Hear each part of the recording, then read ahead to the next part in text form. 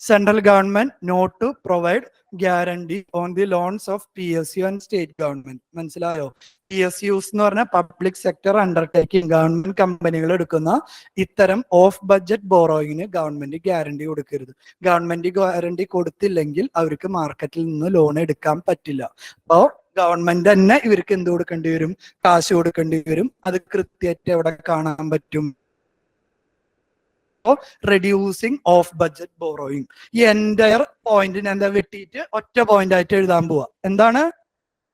Reducing of budget borrowing. Reducing of budget borrowing. അടുത്തത് total liabilities of central government. അതൊന്നും important അല്ല കേട്ടോ. ഈ പോയിന്റ്സുകളാണ് ഇമ്പോർട്ടന്റ്, ഈ പോയിന്റുകളൊന്നും ഇമ്പോർട്ടന്റ് അല്ല. ഇനി അടുത്ത പോയിന്റ് ഇമ്പോർട്ടന്റ്. യൂണിയൻ ഗവൺമെന്റ് ബഡ്ജറ്റിനോടൊപ്പം പാർലമെന്റില് 3 ഡോക്യുമെന്റുകൾ സബ്മിറ്റ് ചെയ്യണം.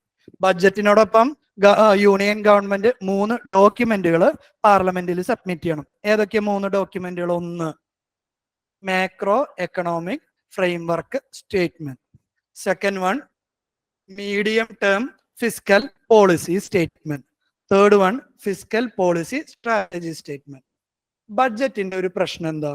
ബഡ്ജറ്റ് എന്ന് പറയുന്നത് ഒരു സിംഗിൾ ഇയറിലേക്കുള്ള എക്സ്പെൻഡിച്ചറിന്റെയും റവന്യൂവിന്റെയും ഫോർകാസ്റ്റ് ആണ്, അല്ലെ? ഗവൺമെന്റിന്റെ പല പോളിസീസ് നോക്കിക്കഴിഞ്ഞാൽ നിങ്ങൾക്ക് കാണാൻ വേണ്ടി പറ്റും. പോളിസീസ് എല്ലാം ഒരു വർഷത്തേക്കുള്ളതായിരിക്കില്ല, മൾട്ടി ഇയർ. മിക്കവാറും എല്ലാ ഗവൺമെന്റ് സ്കീം 5 വർഷത്തേക്ക് അല്ലെങ്കിൽ 4 വർഷത്തേക്കുള്ളതാണ്. ഒരു സിംഗിൾ ഇയറിലേക്ക് മാത്രമാണ് നമ്മൾ എന്ത് പ്രിപ്പയർ ചെയ്യുന്നത്? ബഡ്ജറ്റ് പ്രിപ്പയർ ചെയ്യുന്നത്. അപ്പോൾ ഒരു വർഷത്തേക്ക് മാത്രം നിങ്ങൾ എക്കണോമിയെ പ്ലാൻ ചെയ്യാൻ പാടില്ല, മറിച്ച് മൾട്ടിപ്പിൾ ഇയറിലേക്ക് എക്കണോമിയെ പ്ലാൻ ചെയ്യണം എന്നതിന് വേണ്ടിയിട്ടാണ് 3 ഡോക്യുമെന്റ് സബ്മിറ്റ് ചെയ്യാൻ പറഞ്ഞത്. അപ്പൊ ആദ്യത്തെ ഡോക്യുമെന്റ് എന്താ? Macro economic frame statement. Indian economy global എക്കണോമിയിൽ എങ്ങനെയാണ് വർക്ക് ചെയ്യുന്നത്, നമ്മൾ എത്രത്തോളം ഇമ്പോർട്ട് ചെയ്യുന്നുണ്ട്, എക്സ്പോർട്ട് ചെയ്യുന്നുണ്ട്, ഗ്ലോബലി നടക്കുന്ന കാര്യങ്ങൾ ഇന്ത്യൻ എക്കണോമിയെ എങ്ങനെ അഫക്ട് ചെയ്യുന്നു, അത്തരം കാര്യങ്ങൾ സമ്മറൈസ് ചെയ്യുന്ന ഡോക്യുമെന്റിനെ വിളിക്കുന്ന പേരാണ് macro economic framework statement. Okay ആണോ? രണ്ടാമത്തേത് medium term fiscal policy. Government budget form ചെയ്യുമ്പോൾ പറയും ഈ വർഷം നമ്മൾ പ്രതീക്ഷിക്കുന്നത് 6% ഗ്രോത്ത് ആണ്. അതാണ് ഈ വർഷത്തെ ബഡ്ജറ്റിൽ ഉണ്ടാവുക. ഈ മീഡിയം ടേം ഫിസ്ക്കൽ പോളിസിയിൽ നമ്മൾ ഈ വർഷത്തെയും അടുത്ത വർഷത്തെയും പിറ്റത്തെ വർഷത്തെയും പല വർഷങ്ങളിലേക്ക് നമ്മൾ എന്തൊക്കെ ആക്ടിവിറ്റീസ് നടത്തണം, ഓരോ ആക്ടിവിറ്റീസ് കൊണ്ടുവന്നു കഴിഞ്ഞാൽ ഗവൺമെന്റിന് എത്രത്തോളം ഗ്രോത്ത് എക്സ്പെക്ട് ചെയ്യാൻ പറ്റും, അത്തരത്തിലുള്ള ഡീറ്റെയിൽസ് ആണ് എന്തിലുണ്ടാവുക? മീഡിയം ടേം ഫിസ്ക്കൽ പോളിസി സ്റ്റേറ്റ്മെന്റിൽ ഉണ്ടാവുക. And finally fiscal policy strategy statement. നമ്മൾ ഈ ഗ്രോത്ത് ഇൻട്രൊഡ്യൂസ് ചെയ്യുന്നതിന് വേണ്ടി നമ്മുടെ ടാക്സേഷന് നമ്മൾ എങ്ങനെയാണ് പ്ലാൻ ചെയ്യേണ്ടത്? ടാക്സ് കൂട്ടണോ കുറയ്ക്കണോ? ഗവൺമെന്റിന്റെ എക്സ്പെൻഡിച്ചർ എങ്ങനെ പ്ലാൻ ചെയ്യണം? ഹെൽത്തിന് സ്പെൻഡ് ചെയ്യണോ അടുത്ത വർഷം? അതിന്റെ പിറ്റത്തെ വർഷം എഡ്യൂക്കേഷന് സ്പെൻഡ് ചെയ്യണോ? അതിന്റെ പിറ്റത്തെ വർഷം പുതിയ എയർപോർട്ട് ഉണ്ടാക്കണോ? പുതിയ ഹൈവേ ക്രിയേറ്റ് ചെയ്യണോ? ഇത്തരത്തില് ഗവൺമെന്റ് എന്തൊക്കെ സ്ട്രാറ്റജീസ് ആണ് എക്കണോമിക് ഗ്രോത്തിന് വേണ്ടി യൂസ് ചെയ്യുന്നത്, അതാണ് ഇതിൽ കൺസിസ്റ്റ് ചെയ്യുന്നത്. Fiscal policy strategy statement. നിങ്ങൾക്ക് ഇവിടെ നിന്ന് എടുക്കേണ്ട ടേക്ക് അവേ എന്ന് പറയുന്നത് 3 ഡോക്യുമെന്റ് പ്രസന്റ് ചെയ്യണമെന്ന് മാത്രമാണ്. എന്താന്ന് ഞാൻ എക്സ്പ്ലെയിൻ ചെയ്തെന്നുള്ളൂ. നിങ്ങൾക്ക് ആവശ്യമുള്ളത് എന്താ? along with the union budget, finance minister is required to present 3 more documents. What are they? Macroeconomic framework statement, medium term fiscal policy strategy statement. Okay അല്ല? അടുത്ത പോയിന്റ്സ് ഒന്നും ഇമ്പോർട്ടന്റ് അല്ല കേട്ടോ, ഞാൻ ജസ്റ്റ് അതിൽ നിന്ന് എടുത്തിട്ടുള്ളൂ. ഈ പോയിന്റ്സുകളൊന്ന് സമ്മറൈസ് ചെയ്യാം. FRBMന്റെ കീ ടേക്ക് അവേ എന്ന് പറയുന്നത് എന്താ? 2003 ഇൻട്രൊഡ്യൂസ് ചെയ്തു. 5 വർഷത്തിന്റെ ഉള്ളിൽ റവന്യൂ ഡെഫിസിറ്റ് എത്രയാക്കണം? 0 ആക്കണം. Fiscal deficit എത്രയാക്കണം? 3% ആക്കണം. ഓഫ് ബഡ്ജറ്റ് ബോറോയിങ് എന്ന് പറയുന്നത് എന്ത് ചെയ്യണം? റെഡ്യൂസ് ചെയ്യണം. ഫിനാൻസ് മിനിസ്റ്റർ ബഡ്ജറ്റിന്റെ ഒപ്പം 3 ഡോക്യുമെന്റ് കൂടി പ്രസന്റ് ചെയ്യണം. ക്ലിയർ അല്ലേ? ഇത്രയാണ് ഇതിൽ നിന്ന് നമുക്ക് ആവശ്യമുള്ള കാര്യങ്ങൾ. ഈ ഓരോ ഡോക്യുമെന്റിന്റെ കാര്യം എക്സ്പ്ലെയിൻ ചെയ്ത് വായിച്ചു നോക്കാം കേട്ടോ, നിങ്ങൾക്ക് കാര്യം മനസ്സിലാവാൻ ജസ്റ്റ് ഇട്ടുന്നുള്ളൂ. ഇനി അടുത്തത്, ഇപ്പൊ നമ്മൾ എപ്പോഴാണ് FRBM ആക്ട് ഇൻട്രൊഡ്യൂസ് ചെയ്തത്? 2003. നമ്മളൊരു 2008-09 ഒക്കെ ആവുമ്പോഴത്തേനും അതിന്റെ ടാർഗറ്റ് ഒക്കെ നമ്മൾ അച്ചീവ് ചെയ്യണമെന്ന് പ്രതീക്ഷിച്ചു. നല്ല രീതിയിൽ പോവായിരുന്നു. ഗവൺമെന്റ് അത്യാവശ്യം ഫിസ്ക്കൽ ഡെഫിസിറ്റ് കുറച്ചു കൊണ്ടുവന്നു, റവന്യൂ ഡെഫിസിറ്റ് കുറച്ചു കൊണ്ടുവന്നു. അപ്പോഴാണ് ഈ 2008-09 ലോകത്ത് മൊത്തം ഒരു പ്രശ്നം സംഭവിച്ചത്. എന്താ പ്രശ്നം? Global financial crisis. എന്താണ് global financial crisis? Global financial crisis എന്ന് പറയുമ്പോൾ അപ്പൊ എന്താണ്ടായ എക്കണോമിക് ഗ്രോത്ത് എന്ന് പറയുന്നത് നെഗറ്റീവായി. എക്കണോമിക് ഗ്രോത്ത് നെഗറ്റീവ് ആകുമ്പോൾ ഗവൺമെന്റിന്റെ ഇൻകത്തിനും എക്സ്പെൻഡിച്ചറിനും എന്താ സംഭവിക്കുക? കമ്പയർ വിത്ത് കോവിഡ് സിറ്റുവേഷൻ. നേരത്തെ ഗ്രാഫ് ഞാൻ പഠിപ്പിച്ചു. എന്താണ് ഗ്ലോബൽ എക്കണോമിക് ക്രൈസിസ് എന്ന് പറഞ്ഞ ലോകത്തിലെ മൊത്തത്തിലുള്ള എക്കണോമിക് ഗ്രോത്ത് നെഗറ്റീവ് ആവുന്നതിനെയാണ് എക്കണോമിക് ക്രൈസിസ് എന്ന് പറയുന്നത്. ഗവൺമെന്റിന്റെ ഇൻകം എക്സ്പെൻഡിച്ചർ എന്താ സംഭവിച്ചത്? കമ്പയർ വിത്ത് കോവിഡ് ഗ്രാഫ് നമ്മൾ നേരത്തെ റവന്യൂ ഡിക്രീസ് ചെയ്യും, ഗവൺമെന്റിന്റെ എക്സ്പെൻഡിച്ചർ ഇൻക്രീസ് ചെയ്യും. ഫിസിക്കൽ ഡെഫിസിറ്റ് റവന്യൂ ഡെഫിസിറ്റ് എന്താണ്ടായേ? ഇൻക്രീസ് ചെയ്യും. എന്ന് വെച്ചാൽ ഗവൺമെന്റ് നല്ല രീതിയിൽ, ഞാൻ നേരത്തെ കാണിച്ചെന്ന ഗ്രാഫ് ഓർക്കുന്നുണ്ടോ? അതിലെന്തായിരുന്നു നമ്മൾ കണ്ട കാര്യം? സെയിം സിറ്റുവേഷൻ കോവിഡിന് പകരം ഗ്ലോബൽ ഫൈനാൻഷ്യൽ ക്രൈസിസ് ഉണ്ട്. ഗവൺമെന്റ് ഫിസിക്കൽ ഡെഫിസിറ്റ് കുറച്ചുകൊണ്ടില്ലായിരുന്നു, റവന്യൂ ഡെഫിസിറ്റ് കുറച്ചുകൊണ്ടില്ലായിരുന്നു. അപ്പോഴാണ് കോവിഡ് വന്നത്. എന്താണ്ടായ? ഫിസിക്കൽ ഡെഫിസിറ്റ് ഇൻക്രീസ് ചെയ്തു, റവന്യൂ ഡെഫിസിറ്റ് ഇൻക്രീസ് ചെയ്തു. സെയിം സിറ്റുവേഷൻ തന്നെയാണ് ഇവിടെയും സംഭവിച്ചത്. നോക്കിയേ, FD കുറച്ചുകൊണ്ടിരായിരുന്നു, അതേപോലെ റവന്യൂ ഡെഫിസിറ്റും കുറച്ചുകൊണ്ടിരായിരുന്നു. അപ്പോഴാണ് 2008-9 ഗ്ലോബൽ ഫൈനാൻഷ്യൽ ക്രൈസിസ് രണ്ടും കൂടി. ഇപ്പൊ ഗവൺമെന്റ് ഈ കംപ്ലീറ്റ് ടാർഗറ്റിൽ നിന്ന് ഡീവിയേറ്റ് ചെയ്തു. ഓക്കെ അല്ലേ? എന്ന് വെച്ച് കഴിഞ്ഞാൽ FRBM ആക്ടിന്റെ പർപ്പസ് ഗവൺമെന്റിന് ഫുള്ളി റിയലൈസ് ചെയ്യാൻ വേണ്ടി പറ്റിയില്ല. ഇപ്പൊ ഗവൺമെന്റ് കുറച്ചു വർഷങ്ങൾക്ക് ശേഷം പുതിയൊരു കമ്മിറ്റീനെ അപ്പോയിന്റ് ചെയ്തു, NK സിംഗ് കമ്മിറ്റി. ഈ NK സിംഗ് എന്ന് പറയുന്ന ആളാണ് 15th ഫിനാൻസ് കമ്മീഷന്റെ ചെയർമാൻ ആയിരുന്നു. ഫിനാൻസ് കമ്മീഷൻ നമ്മൾ ഭാവിയിൽ കാണും. ഇപ്പോഴുള്ള ഫിനാൻസ് കമ്മീഷൻ എന്ന് പറയുന്നത് 16th ഫിനാൻസ് കമ്മീഷൻ, 16ാമത്തെ ഫിനാൻസ് കമ്മീഷനാണ്. അതിന്റെ ഹെഡ് എന്ന് പറയുന്നത് നീതി ആയോഗിന്റെ വൈസ് ചെയർമാൻ ആയിരുന്ന അരവിന്ദ് പണങ്കാരിയ എന്ന് പറഞ്ഞിട്ടുള്ള എക്കണോമിസ്റ്റ് ആണ് കേട്ടോ. ഓക്കെ, ജസ്റ്റ് ഇതൊക്കെ ഒരു ഡാറ്റയാണ്. ഇപ്പൊ NK സിംഗ് കമ്മിറ്റി അവര് വന്നു, കുറച്ച് മാറ്റങ്ങൾ വന്നിട്ടുണ്ടല്ലോ NK സിംഗിലേക്ക് വന്നപ്പോ. നേരത്തെ എന്തായിരുന്നു നമ്മുടെ നിയമത്തിന്റെ പേര്? FRBM act. ഒന്ന് എക്സ്പാൻഡ് ചെയ്ത് FRBM, physical responsibility and budget management അല്ലെ. അവിടെ ബഡ്ജറ്റിനെ മാനേജ് ചെയ്യണം എന്നാണ് അവിടെ പറഞ്ഞിട്ടുണ്ടായിരുന്നത്. FRBM ആക്ടിന്റെ റിവ്യൂ വന്നപ്പോ NK സിംഗ് കമ്മിറ്റി റിവ്യൂ ചെയ്തപ്പോ അവർ പറഞ്ഞു ബഡ്ജറ്റിനെയല്ല മാനേജ് ചെയ്യേണ്ടത്, എന്തിനെ സ്പെസിഫിക്കലി മാനേജ് ചെയ്യണം? ഗവൺമെന്റിന്റെ കടത്തിനെ അല്ലെങ്കിൽ ഡെറ്റിനെ മാനേജ് ചെയ്യണം എന്ന് പറഞ്ഞു. നോക്കിയേ, ഫിസിക്കൽ റെസ്പോൺസിബിലിറ്റി സെയിം വാക്ക് അവിടെ ഉണ്ട്. അവിടെ ബഡ്ജറ്റ് മാനേജ്മെന്റ്, ഇവിടെ എന്ത് മാനേജ്മെന്റ്? Debt management.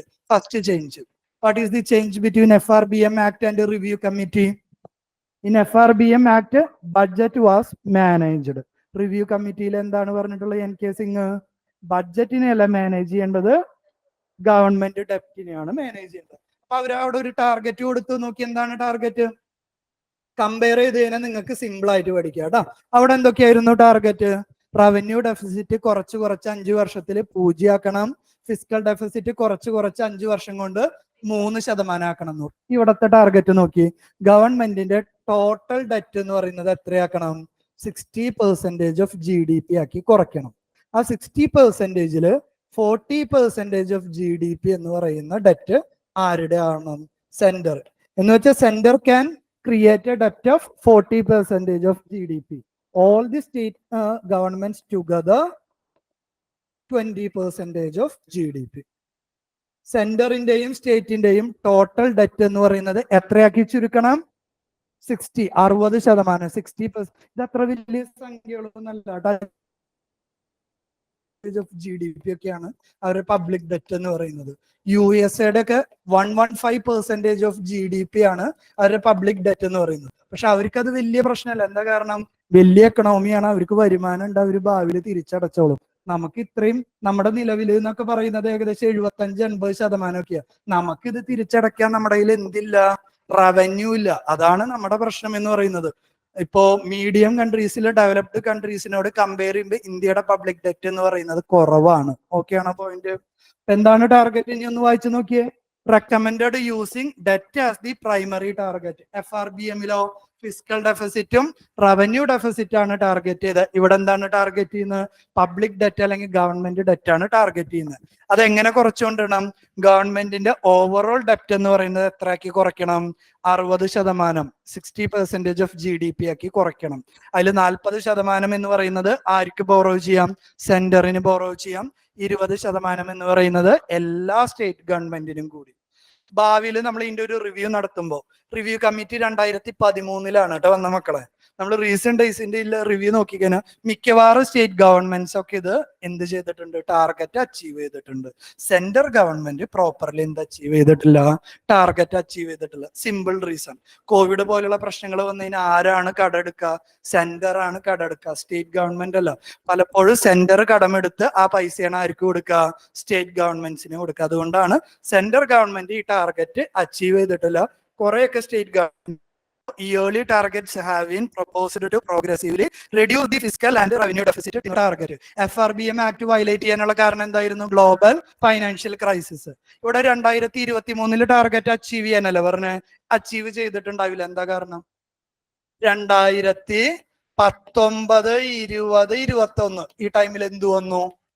കോവിഡ് വരുമ്പോ എന്താ സംഭവിച്ചേ പറയ്?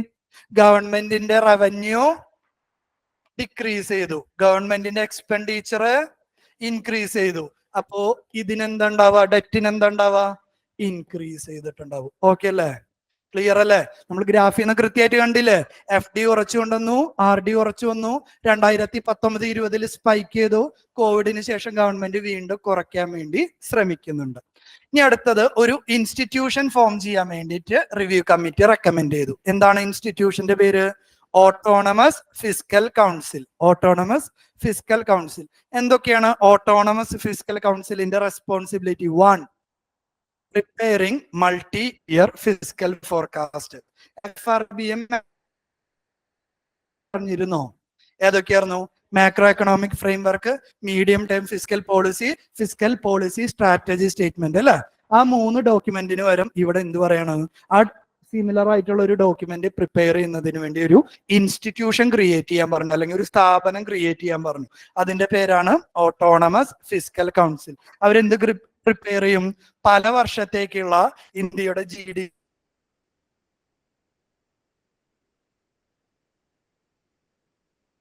ഗ്രോത്ത്, ഇന്ത്യയുടെ ഇൻഫ്ലേഷൻ, ഇന്ത്യയിലെ അൺഎംപ്ലോയ്മെന്റ്, അതേപോലെയുള്ള എക്കണോമിക്. രണ്ടാമത്തെ ഉക്രൈൻ വാർ നടക്കുന്നത്, പലസ്തീൻ ഇസ്രായേൽ വാർ നടക്കുന്നത്. ഇനി അത് കഴിയുമ്പോൾ വേറെ എവിടെയെങ്കിലും എന്തെങ്കിലുമൊക്കെ നടക്കും അല്ലെ? അപ്പൊ നമ്മൾ പ്രെഡിക്റ്റ് ചെയ്യുന്ന അതിൽ നിന്ന് ഡീവിയേറ്റ് ചെയ്യാൻ വേണ്ടി ഗ്ലോബലി ഒരുപാട് പ്രശ്നങ്ങൾ ഇടയ്ക്കിടയ്ക്ക് നടക്കില്ലേ? ഗ്ലോബലി പ്രശ്നങ്ങൾ വരുമ്പോൾ നമ്മൾ എന്ത് മാറ്റേണ്ടി വരും? നമ്മൾ ഈ ക്രിയേറ്റ് ചെയ്തിട്ടുള്ള സ്ട്രാറ്റജി മാറ്റി പിടിക്കേണ്ടി വരും. ആ മാറ്റം എന്താണ് കൊണ്ടുവരേണ്ടത്? അതിനെ റെക്കമെൻഡ് ചെയ്യുന്നത് ഏത് ഇൻസ്റ്റിറ്റ്യൂഷനാണ്? Autonomous fiscal council. Next one, improving quality of fiscal data. Government publish ചെയ്യുന്ന ഡാറ്റയുടെ ക്വാളിറ്റി ഇംപ്രൂവ് ചെയ്യണം എന്നാണ് പറയുന്നത്. എന്റെ ക്വാളിറ്റി ഇംപ്രൂവ് ചെയ്യാന്ന് പറഞ്ഞാൽ, ഗവൺമെന്റിന്റെ ഒരു agency ministry of labour unemployment calculate ചെയ്തു. എത്ര? 10% എന്ന് കണ്ടു. ILO കാൽക്കുലേറ്റ് ചെയ്തു 20% എന്ന് കണ്ടു. മിനിസ്ട്രിയുടെ തന്നെ മിനിസ്ട്രി ഓഫ് സ്റ്റാറ്റിസ്റ്റിക്സ് കാൽക്കുലേറ്റ് ചെയ്തു 8% എന്ന് കണ്ടു. പല ഇൻസ്റ്റിറ്റ്യൂട്ട് കാൽക്കുലേറ്റ് ചെയ്യുമ്പോൾ ഒരേ സാധനം പല വാല്യൂ കിട്ടാന്ന് പറഞ്ഞാൽ എന്താ? നമ്മൾ കാൽക്കുലേറ്റ് ചെയ്യുന്ന ടെക്നിക്ക് ശരിയല്ല, കളക്ട് ചെയ്യുന്ന ഡേറ്റ ശരിയല്ല അല്ലെ? പലപ്പോഴും ഇത്തരത്തിലുള്ള പ്രശ്നങ്ങൾ ഗവൺമെന്റിൽ നടക്കുന്നുണ്ട് പല ഏജൻസീസിലൂടെ. ഒന്നും പോട്ടെ, നമ്മൾ GDP 3 ടെക്നിക്കിൽ കാൽക്കുലേറ്റ് ചെയ്യാൻ പഠിച്ചിട്ടില്ല. ഏതൊക്കെയാ? Income technique, expenditure technique, value added technique അല്ലെങ്കിൽ പ്രൊഡക്റ്റഡ് ടെക്നിക്ക്. 3ലും 3 എക്സ്ട്രീം അല്ലെങ്കിൽ ഡിഫറെന്റ് വാല്യൂസ് കിട്ടിക്കഴിഞ്ഞാൽ എന്താണ് അതിന്റെ മീനിങ്?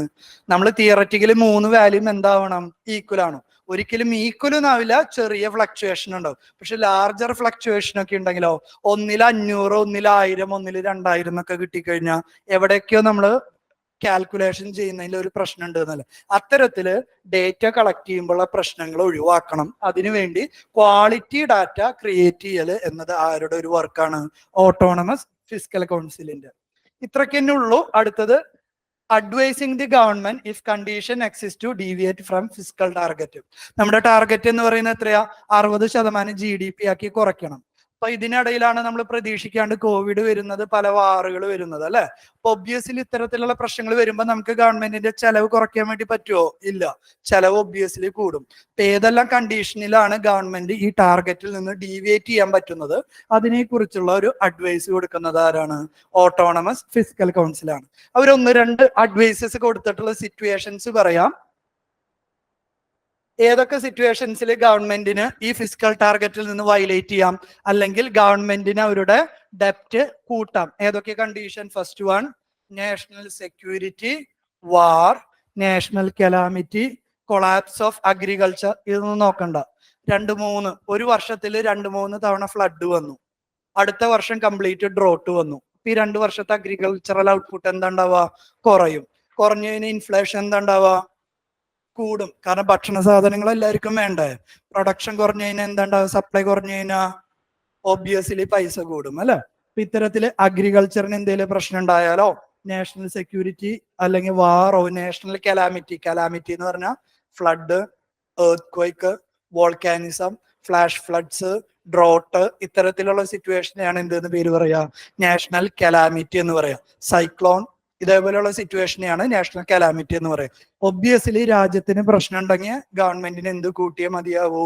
ചെലവ് കൂട്ടിയേ മതിയാവൂ. അതാണ് ആദ്യത്തെ condition. Second one, structural reforms in the economy resulting physical implication. Example GST implementation. GST implement ചെയ്തത് ഏത് വർഷത്തില്? 2017 അല്ലെ. 2017 GST ഇംപ്ലിമെന്റ് ചെയ്തതിനു ശേഷം ഒരുപാട് വർഷത്തേക്ക് നമ്മുടെ ഇൻഡയറക്റ്റ് ടാക്സസിന്റെ കളക്ഷൻ കുറവായിരുന്നു. ഇത്തരത്തിൽ എന്തെങ്കിലും ഒരു ഇമ്പോർട്ടന്റ് ചേഞ്ച് നമ്മൾ എക്കണോമിയിൽ കൊണ്ടുവരാണെങ്കിൽ ഒബ്വിയസ്ലി എക്കണോമിയിലെ ഗ്രോത്ത് ചില വർഷത്തേക്ക് ബുദ്ധിമുട്ടുണ്ടാവും. So if we are introducing any structural reforms, obviously we need to increase our debt. അല്ലെങ്കിൽ എക്സ്പെൻഡിച്ചർ കൂട്ടേണ്ടി വരും. ഇനി decline in real output growth of at least 3% below the average of the previous 4 quarters. നമ്മൾ കഴിഞ്ഞ വർഷത്തെ നമ്മുടെ എക്കണോമിക് ഗ്രോത്ത് എന്ന് പറയുന്നത് 10% of GDP ആയിരുന്നു. ഈ വർഷം എന്ന് പറയുന്നത് അത് 4% ആയി GDP ആയിട്ട് കുറഞ്ഞതിന് ഇത് എന്തിനു ഇൻഡിക്കേറ്റ് ചെയ്യുന്നത് മക്കളെ? എക്കണോമിയിൽ നമ്മളൊരു ഫിനോമിന പറയും ഇതിന്, സ്ലോ ഡൗൺ അല്ലെ. ഈ സ്ലോ ഡൗൺ കഴിഞ്ഞാൽ അടുത്തത് ഇത് എന്തിലേക്കാണ് പോവാ? ഒബ്വിയസ്ലി റിസഷനിലേക്ക് എത്തിക്കഴിഞ്ഞാൽ എക്കണോമിക്ക് നല്ലതാണോ? അല്ല. ഈ സ്ലോ ഡൗൺ എത്തുമ്പോ തന്നെ അവിടെ ആര് ഇടപെടും? ഗവൺമെന്റ് ഇടപെടും. ഗവൺമെന്റ് എങ്ങനെ ഇടപെടാ? എക്സ്പാൻഷനറി ഫിസിക്കൽ പോളിസി എന്ന് വെച്ച് കഴിഞ്ഞാൽ ഗവൺമെന്റ് എന്ത് കൂട്ടും? എക്സ്പെൻഡിച്ചർ കൂട്ടും. എക്സ്പെൻഡിച്ചർ കൂട്ടി എന്ത് കൂടും? ഡെറ്റ് കൂടും. ക്ലിയർ ആണോ? അതാണ് ഈ സ്റ്റേറ്റ്മെന്റ്. നമ്മൾ പഠിച്ചത് സ്റ്റേറ്റ്മെന്റ് ആയിട്ട് എഴുതാം. ഗവൺമെന്റിന്റെ ഔട്ട്പുട്ട് ഗ്രോത്ത് ഒരു 3% കൂടുതൽ കഴിഞ്ഞ വർഷത്തേക്കാളും കുറഞ്ഞു എന്ന് പറഞ്ഞാൽ അതിനർത്ഥം എന്താ? Economy is facing slow down. Slow ഡൗണിന്റെ സമയത്ത് നമ്മൾ ഗവൺമെന്റിന്റെ ഡെറ്റ് കുറയ്ക്കുന്നതിൽ ഫോക്കസ് ചെയ്തതിന് എന്താ ഉണ്ടാവുക? ഒന്നും കൂടി സ്ലോ ഡൗൺ ആയത് എന്തായിട്ട് മാറും? എങ്ങനെയാണ് ഗവൺമെന്റിന്റെ ഡെപ്റ്റ് കുറയ്ക്കുക? ഓൾറെഡി എക്കണോമി സ്ലോ ഡൗൺ ആണ്, ശ്രദ്ധിച്ചേക്കാം. ഗവൺമെന്റിന്റെ ഡെപ്റ്റ് കുറയ്ക്കാന്ന് പറഞ്ഞാൽ അതിനർത്ഥം എന്താ? ടാക്സ് കൂട്ടും, ഗവൺമെന്റിന്റെ എക്സ്പെൻഡിച്ചർ കുറയ്ക്കും.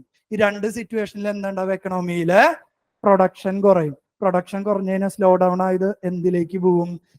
റിസഷനിലേക്ക് പോവും. അപ്പൊ ഗവൺമെന്റ് അവിടെ എന്തല്ല ചെയ്യണ്ടേ? ചെലവ് കുറയ്ക്കല്ല ചെയ്യണ്ടേ, ചെലവ് കൂട്ടാണ് ചെയ്യേണ്ടത്. ഒബ്വിയസ്ലി ഈ ടാർഗറ്റിൽ നിന്ന് പുറത്തിറങ്ങേണ്ടി വരില്ലേ? ഈ 3 കണ്ടീഷനിലാണ് എന്ത് ചെയ്യാൻ പറ്റുള്ളൂ? ഗവൺമെന്റിന് ഈ ഫിസിക്കൽ പാത്തിൽ നിന്ന് പുറത്തു കടക്കാൻ പറ്റുള്ളൂ. ആരാണ് പുറത്തു കടക്കുന്ന കാര്യം റെക്കമെൻഡ് ചെയ്യുക? Autonomous physical council. ക്ലിയർ അല്ലേ? നമുക്ക് ഇന്ന് ഇവിടെ നിർത്തിയാലോ? അടുത്ത ദിവസം എന്തെടുക്കാം? ഗവൺമെന്റിന്റെ ഡെറ്റ് പൊസിഷൻ എടുക്കാം കേട്ടോ. ഓക്കെ അല്ലേ? എന്തെങ്കിലും സംശയം ഉണ്ടെങ്കിൽ നാളെ അത് ഞാനത് അഡ്രസ് ചെയ്യാം കേട്ടോ. വായിച്ചിട്ട് വരാം. നിങ്ങൾക്ക് സ്ലൈഡ് അയച്ചു തരും കേട്ടോ.